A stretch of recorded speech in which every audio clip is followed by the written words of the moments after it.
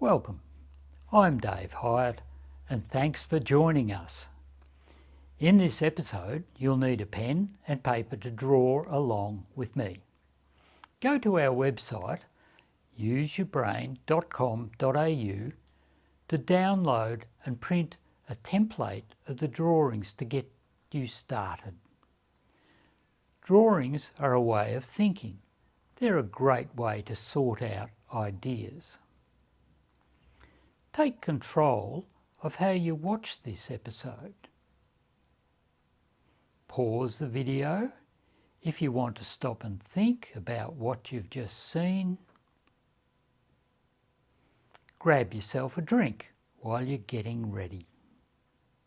In this drawing, we focus on the important difference between reactions and responses. We're all on a journey. We don't know exactly where we'll end up or what will happen. Andres, can you tell me exactly where you will be in 3 years' time? 3 years is a big call, and I can't tell you accurately. It's interesting, I was reading the fine print on an airline ticket the other day, and they don't actually guarantee to get you where you want to go. If you buy a ticket to go to Bali or to go to Sydney, there are so many exclusions, whether it's the weather or whether there's a volcano or lost luggage. The airlines don't guarantee to get you there, so I reckon the future is uncertain, Dave, and that's the name of the game. You must have good eyes to read the fine print, but a good way to prepare for the unexpected is to understand how your brain reacts when something happens outside of your control. That's an interesting way of putting it. Outside of our control, there's a lot out of our control. So how do our reactions work when something like that happens? Picture yourself crossing a road, and then out of the corner of your eye you see a dangerous car coming at you. You instantly react by jumping back. One neuron in your brain fires to keep you alive. Your survival instinct has kicked in. That's pretty amazing. One neuron. Yeah. That must be one amongst millions. It sure is. It's unique. Yeah. So a survival instinct happens in extreme situations, but what about more everyday examples of where we react to things that are happening around us? Well, we've all experienced the downside of reactions or overreactions, and we know there are predictable consequences that we will reap. Andres, when was the last time you benefited from an impulsive, thoughtless action? Maybe stupid. Yeah. Well, probably the one thing that gets my goat is if I'm driving on the highway and I'm being tailgated by another driver and I'm going at the speed limit. This driver wants to pass me and I don't think it's safe, but he's going to do it. And then zoom, off he goes. I just get so angry, I have to stop, breathe deeply for a little while. But it's interesting, Dave, does that mean we can never trust our emotions, that the emotions are bad or are wrong? No, your emotions are very important. We use them constantly as we live, but we will talk about how to best use our emotions. So let's start drawing and see how reactions change the way we're travelling on our unique road. So when you react to an event, so here's the word react, very important word. What happens is this emotion, the feelings wheel here, it directly connects to the action wheel. So this is the action wheel. And you are not thinking clearly, And your actions, so what you do or say, are impulsive. Your reaction will also inflame, because this is inflamed, your feelings are flared up, and your body will, feelings in your body inflame, and the result is your car is out of balance. When your car is unbalanced, it's very hard work to drive, and it's not a good time to be making decisions while your thinking wheel is not working as well, when it's diminished. Why does a reaction affect both our emotion and body wheels, Dave? And how does that play out? How do we feel that? Well, they're connected by the axle. For example, our nostrils, our muscles, our heartbeat. If you've ever been hit by fear, sometimes you go into a cold sweat. Yeah. When you get angry or enraged, you can feel your heart pumping and your muscles tighten, or grinding your teeth, you know, and your eyes are flashing pretty dirty looks sometimes, you know. So that's the connection. The body goes straight into how we feel, and often, you know, with fear, sometimes, you know, we get that sense of our hairs standing on end, prickling on the back of our neck. So they're pretty clear indicators that indicate the emotions we're feeling at that time. This is how your car looks in its normal state. You'll notice the wheels are all the same size and you're travelling on the road in a balanced, ordinary way. But if your emotions become inflamed, If something happens, yes, if something happens, all of a sudden this wheel enlarges. Someone is tailgating you. Yes, and it also affects, like we've talked about, the body wheel. So you can see I've put that body wheel on the back, so all of a sudden the two feeling wheels are enlarged. They're starting to look like a racing car. Yeah, and then we've got this action wheel here, and you can see that it's dominated by how you feel. And on this side, we have our thinking wheel, and you notice that it's a blue colour, cool thinking, and it just sits there and it looks like a dragster. But not a lot of cool thinking going on. No. When those wheels are going like that, and you know, you're not on the road anymore, actually, you're on a racetrack. You're on a spinning your wheels, going fast, not very far. Yeah, and it's hard work to drive when the bigger wheels are dominating the smaller front wheels.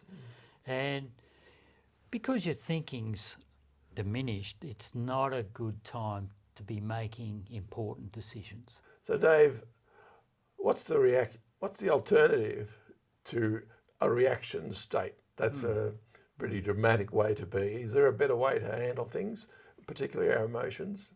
Yeah, well, have a look at this. This is the key to the car, and this is what you use to drive the car, and you control the car with that. You can't start a car without the key kicking the engine over. So it's a matter of control. So you've got to hold on to the key. It's your key. Don't give it to anybody else. Don't let anybody nick it from me. No, even if they're annoying me. Yeah, and don't leave it lying around. Okay. You know? And you lower the temperature of the situation, and we'll talk about that very soon. And you've got to get your wheels into balance. Right. Get those emotional red dragster wheels under control. That's right. Okay. But we do this when we respond. Initially, we flare up. Our emotions, like in a reaction, they become inflamed, and same with the body. But instead of letting it go on fizzing inside of us, we go from our feeling wheel back to our thinking wheel. So And then, when we've had a thought or two about it, then we decide what our action will be, what we will do or say. So in order to help our thinking wheel, what we do is we can do some things with our body to help calm ourselves down. So you could walk, that's a good way to calm yourself down, or breathe. So when you breathe, you're breathing slowly in through your nose, out, in, out. And as you're doing these things, what will happen is it will calm down your emotions, and so your thinking is much clearer because the back wheels have subsided more and you're able to act more sensibly. So Dave, in the heat of the moment, what can you do to help yourself slow down and think? Yeah, before you do or say anything, that's the action wheel here, you breathe slowly in your body wheel, and to do that, you copy what I'm doing. Okay. And I'll breathe in through my nose and I'll count to 2. In, 2, hold, 2, out, 2. Again. Okay. As you're going. In, 2, hold your breath, 2, out, 2. Yeah. And the other thing you can do, and you can combine it with this, but that'll really get you focusing, is with your thinking wheel, you think to alternate tapping with your thumb nail onto your index finger, and you do, say, your right hand tap and push, left hand. I don't think I could do this and breathe slowly. No, It's a well, bit complex. so we'll just do the tapping. Yeah, so Yeah. right, left, Yeah, right, left. it does work. Notice it's walking pace. Yeah. Left, right. You know, as long as Yeah, they're alternate. yeah. That'll calm you down. Yeah. So we start with the thinking wheel. And what we do here, we think in numbers with this one, and we count backwards. So we go 10, 9, 8, 7, 6, and this helps slow you down. And what happens there? Well, what happens when you do that, your emotions start to calm down because your thinking's taken up with the counting. And Yeah. so it's starting to normalise Both wheels. the feeling back wheels. And Yeah. so as you're counting backwards, and often you're breathing slower, and again you're counting in a walking pace, that helps slow things down. Yeah. And here's the action wheel. So what we've got here is it helps the actions to become more normal. So again, Your thinking, your focus on thinking has slowed down, reduced the size of your emotional wheels, yes, and so you've got your actions back under control, yeah, and the car's yep, back to normal. yeah. So instead of acting out of how you feel emotionally and influenced by your body, you actually think about it, and your thinking plays a part in what you'll do and what you will say. And you can see all 4 wheels are on the road and the car is back to being balanced. Let's talk about an everyday situation. I'm in a queue at a supermarket and someone pushes into the queue in front of me. What? There are 4 questions to think about. What do I want? I'm here to buy toilet paper. Are you? Yeah. Okay. And what am I doing? I'm in the queue to pay, and then someone pushes in front of me. Oh, Yeah. I get angry. Is what I'm doing working, feeling angry, and I'm still in the queue? What else can I change? Is it really realistically possible to change this situation? What's my plan? Can I push back?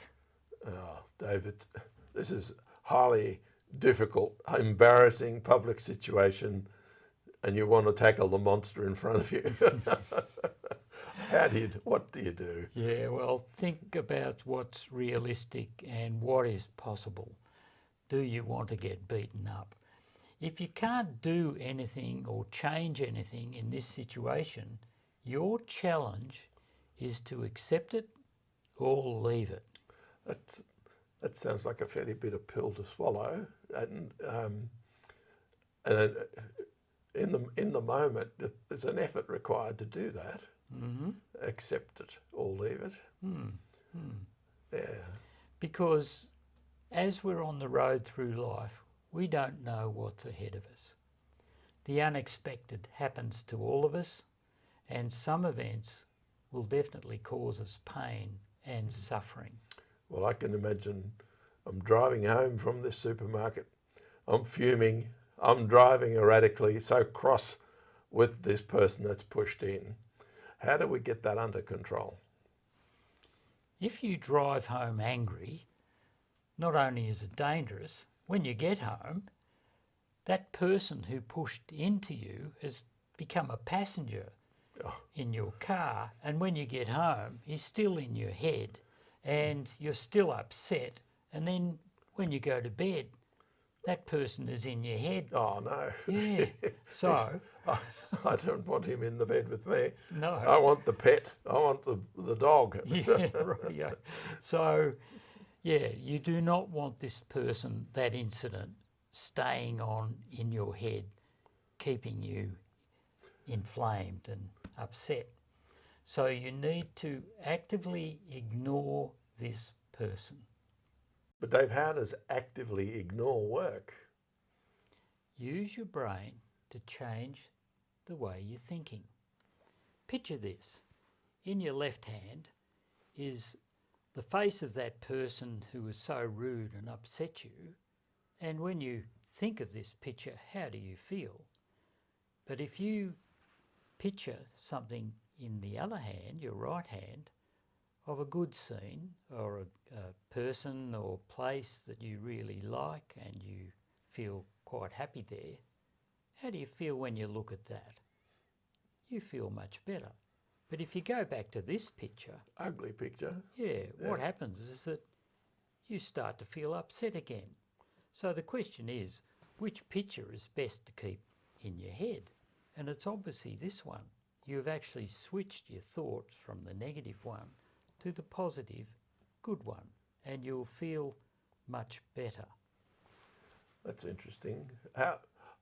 Just a little question. Mm-hmm. I was trying to find, I was practicing this little technique, and I was trying to find a positive image. What sorts of things could be positive images? Like I keep thinking of pets or grandchildren. Yep. What else could you be thinking or imagining to put that nice picture there? Yeah, you could imagine, say, on a beach, having a swim, a walk in the mountains, out in the bush, admiring flowers. Just seeing something that you really enjoy. You know, like a good movie. You have got a real emotional good place attachment to it. Yes, that's right. Okay. That's right. Yeah. So Dave, how do we wrap up this reaction and response drawing session that we've been having? Let me tell you a story about a veteran I worked with once. He had a little woodworking workshop, and if he mucked something up, he would lose it, and he would hurl tools, hammers, whatever, and he'd put holes in the wall of the display board.